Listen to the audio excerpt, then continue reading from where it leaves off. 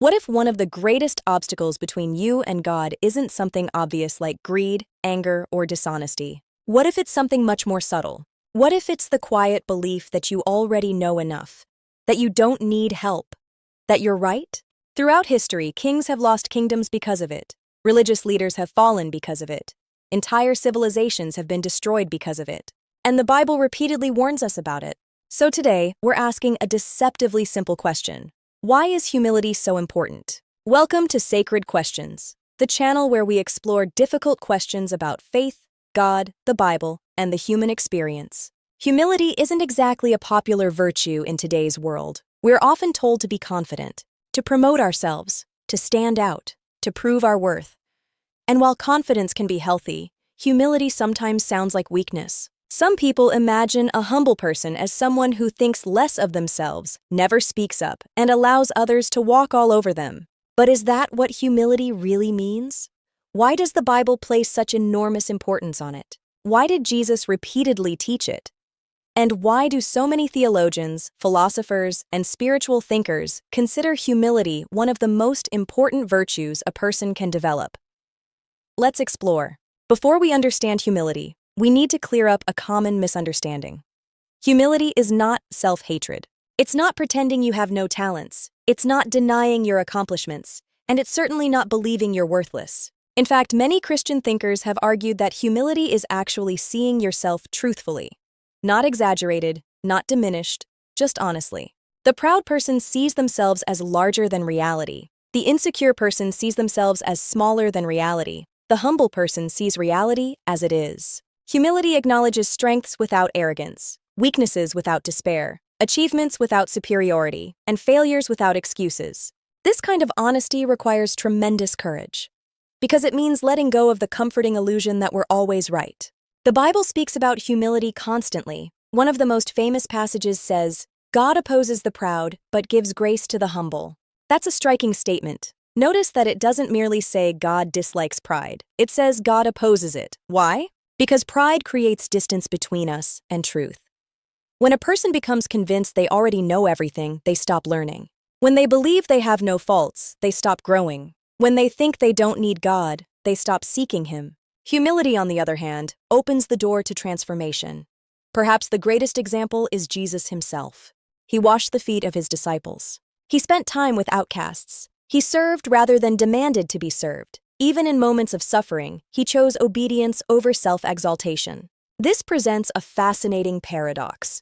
If anyone had the right to demand recognition, it would have been Jesus. Yet his life modeled humility, not because he lacked power, but because true greatness doesn't need to constantly prove itself. In Christianity, humility isn't weakness.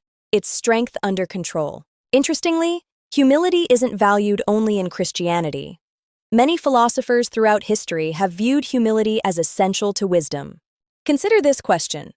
How can you learn anything if you already believe you know everything? The ancient philosopher Socrates became famous for a surprising admission. He recognized the limits of his own knowledge. His wisdom began with acknowledging what he didn't know. That idea remains powerful today. The more we learn about the universe, the more we realize how much remains unknown. The more we understand human nature, the more complex it appears. Humility allows us to approach life with curiosity rather than certainty. It invites questions instead of assumptions. And perhaps that's why humility is so closely connected to wisdom. A humble person remains teachable. A proud person stops listening. At this point, some people may wonder, if I'm humble, won't people take advantage of me?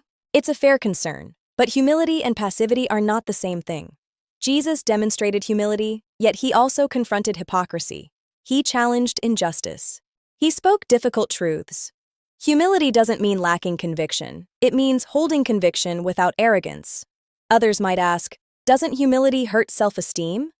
Actually, many psychologists argue that healthy self-esteem is grounded in reality. Humility allows us to accept both strengths and weaknesses without being controlled by either. Pride often depends on constant validation. Humility doesn't.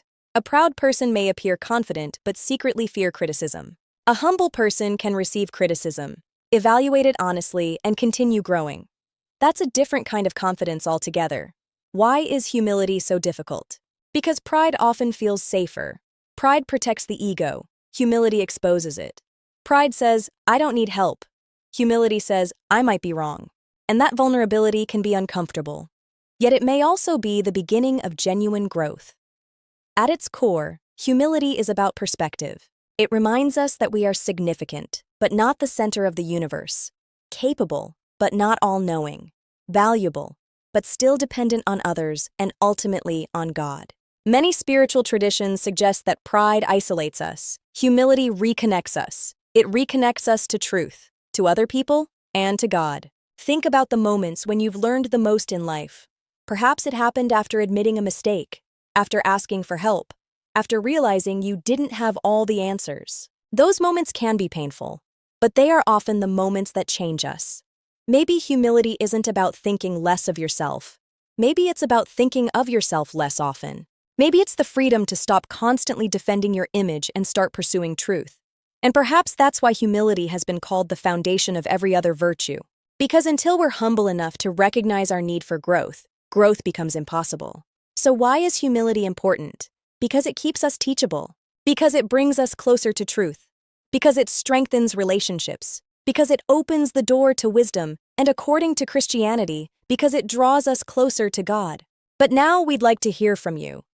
Do you think humility is becoming more rare in modern society? Can someone be both confident and humble at the same time? And what role does humility play in faith? Share your thoughts in the comments below. If you enjoyed this exploration, be sure to like the video, subscribe to Sacred Questions, and turn on notifications so you won't miss our next deep dive into life's biggest spiritual questions. And remember, sometimes the greatest wisdom begins with 3 simple words. I could be wrong. Thank you for watching, and we'll see you in the next Sacred Question.